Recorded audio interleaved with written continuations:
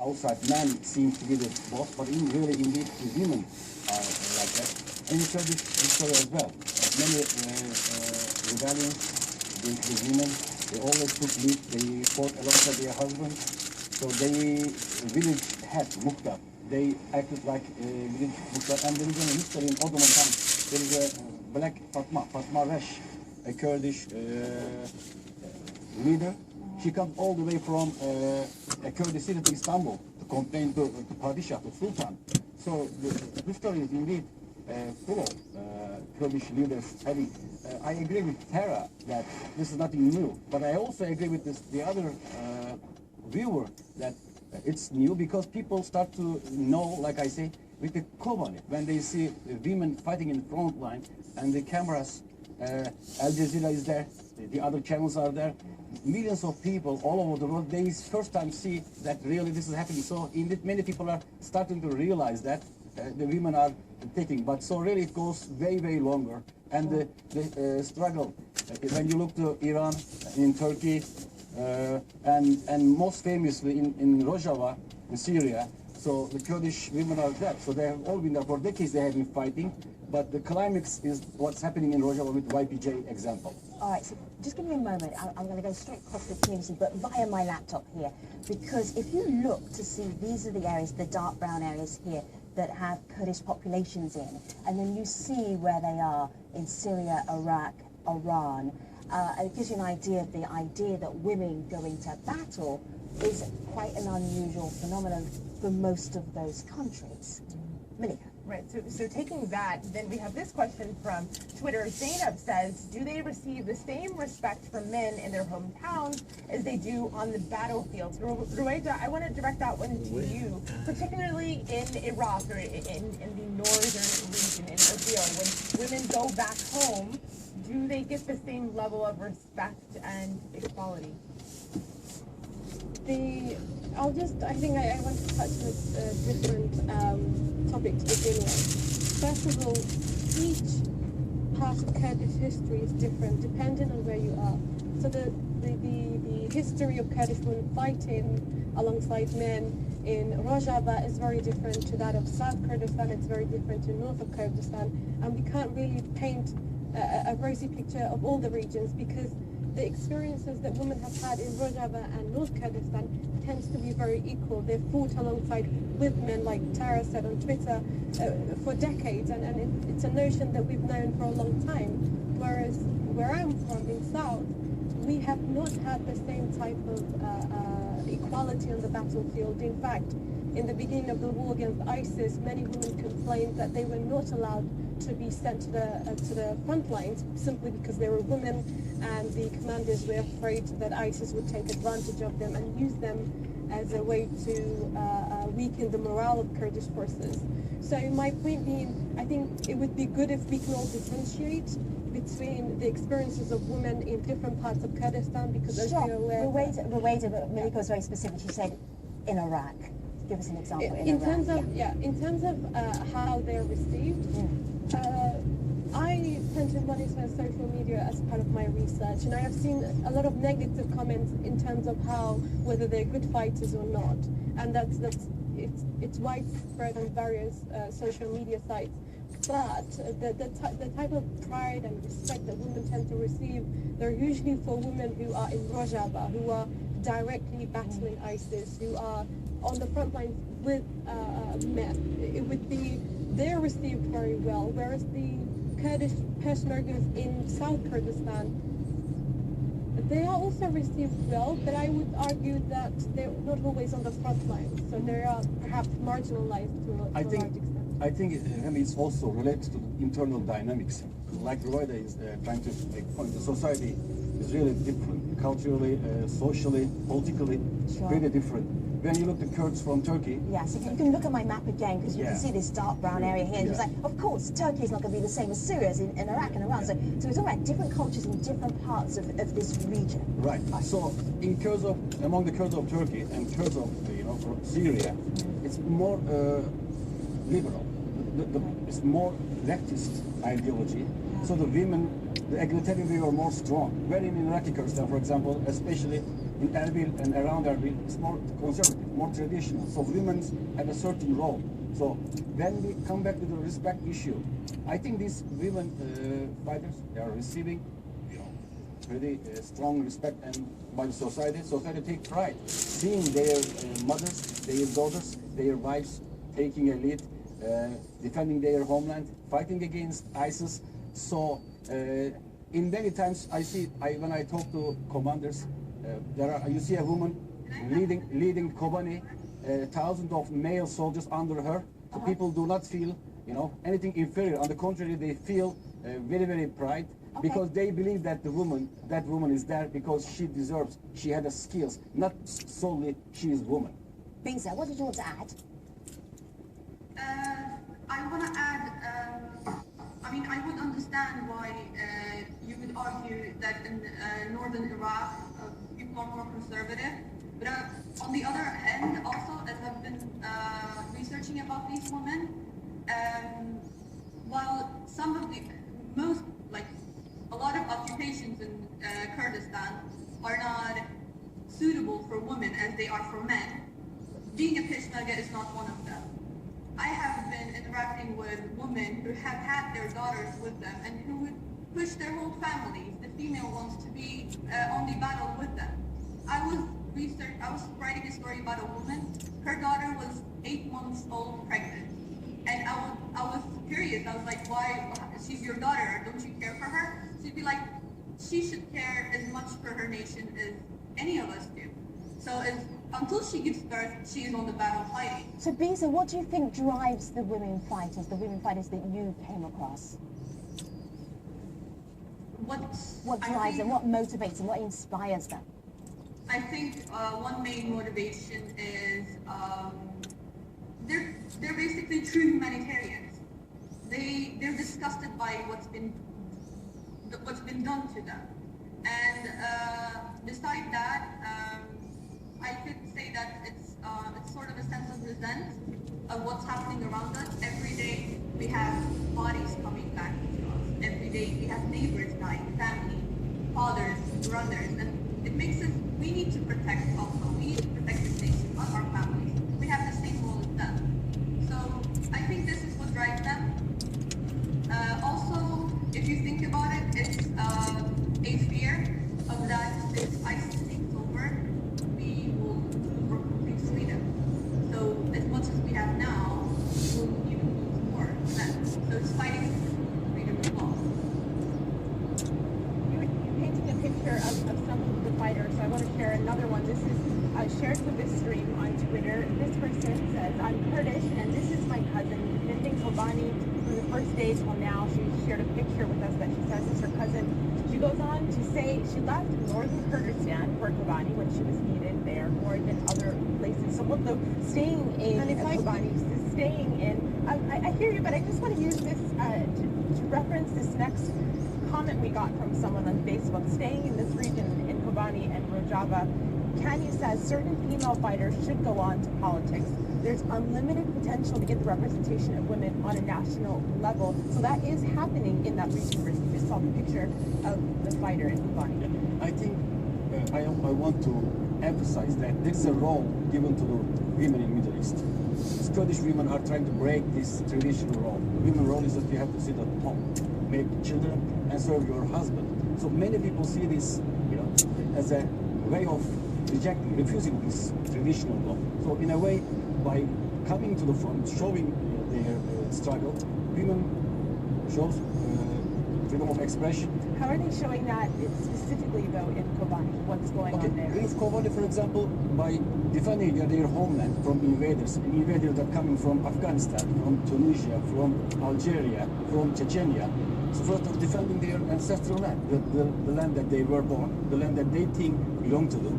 And secondly, to stand beside their fellow male fighters by fighting. So this the example we just seen. So many volunteers, many educated people from Turkey, from other parts of Kurdistan, they pour into Kobani to defend because they see it's their nationalistic duty, their duty as a human, their duty as a women to be there and defend. So in a way, It's just to say society that I exist. My role is here.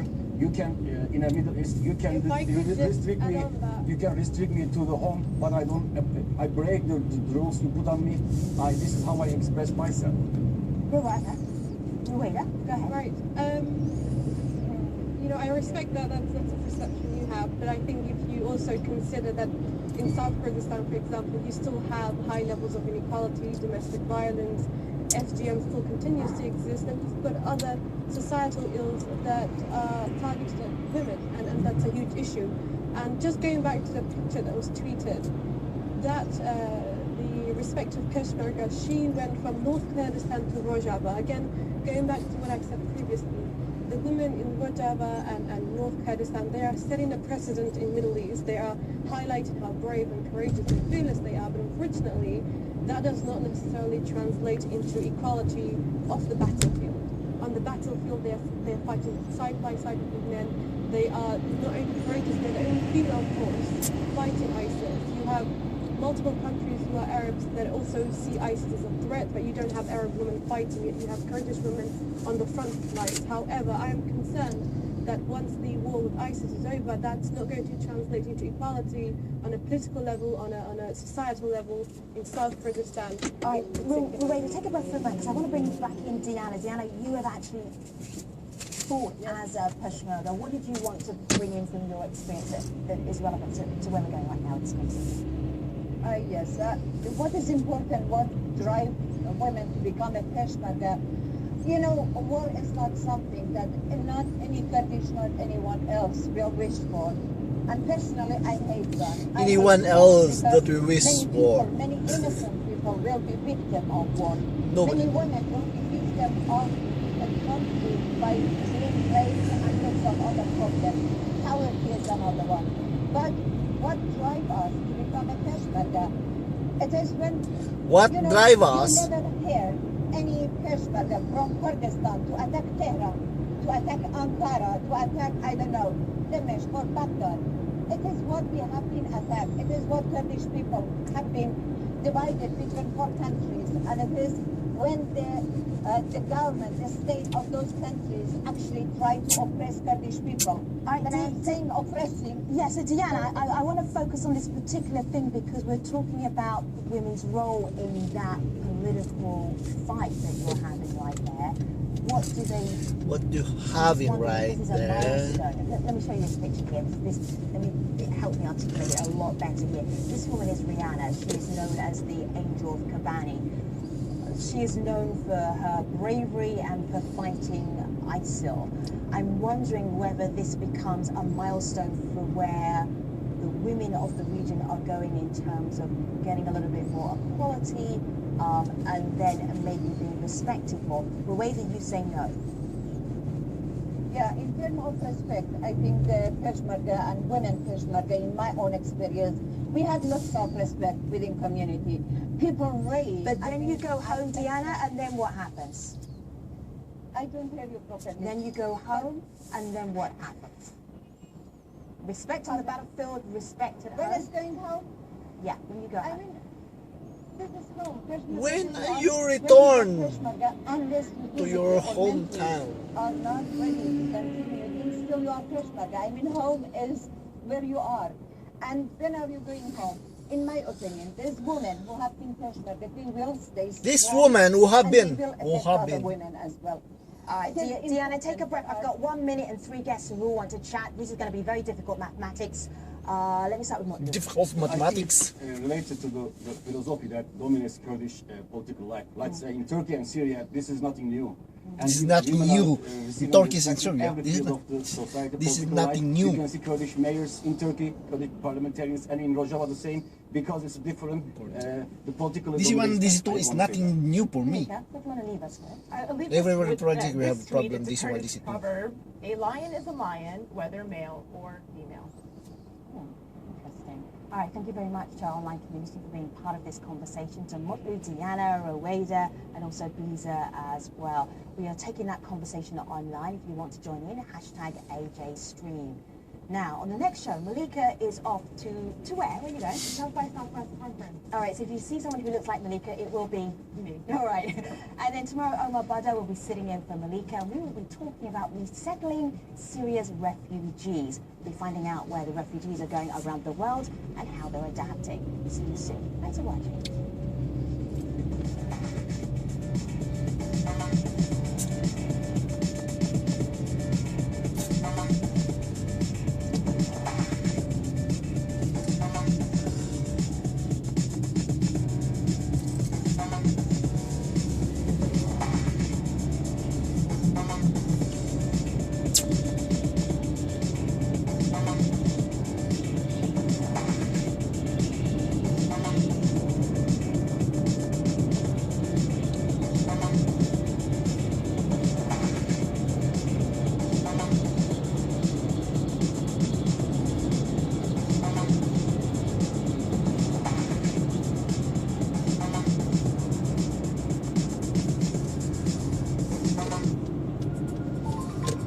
Al Jazeera brings you inspiring stories from around the world, exploring innovative solutions to the environmental challenges we face. Solutions that are unconventional and new. From the grassroots organizations driving a green revolution Everyone is volunteering, they're all getting stuck in. This is genuine community work. to cutting-edge technological breakthroughs. Earthrise. At this time on Al Jazeera.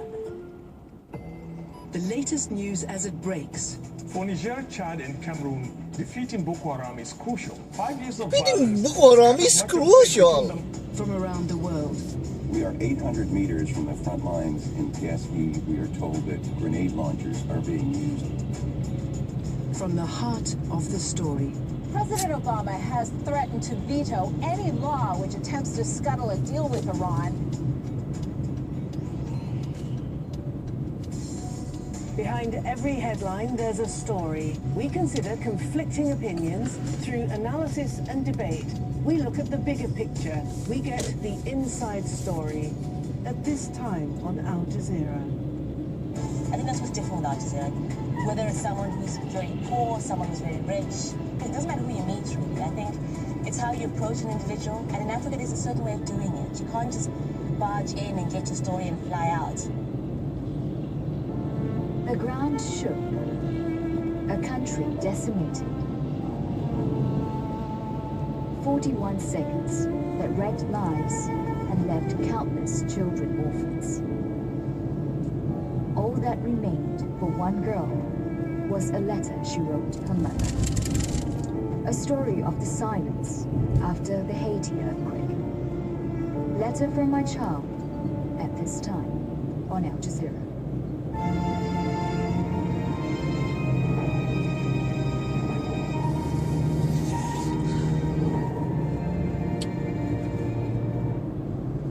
This is Al Jazeera.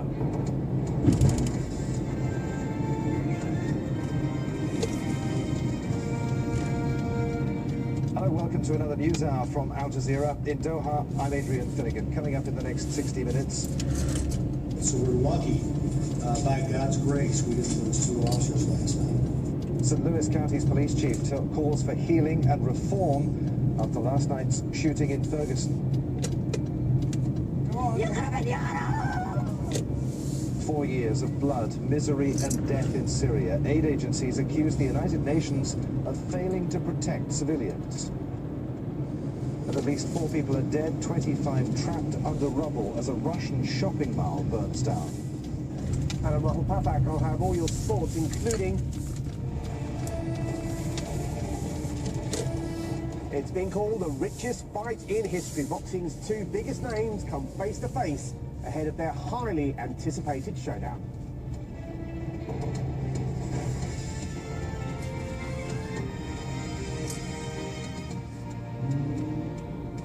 Ferguson's story is beset by allegations of racism and disrespect for human life. Black lives and now police lives.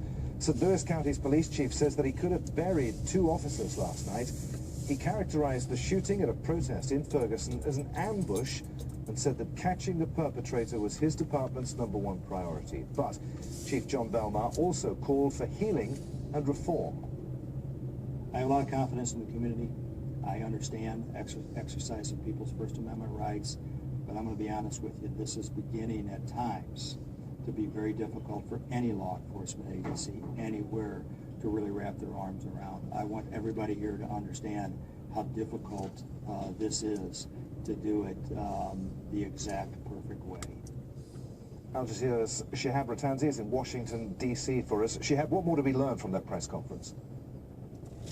We learned what the St. Louis County Police Department's position is on this. Remember, there's been no investigation yet into what happened last night. We just do not know.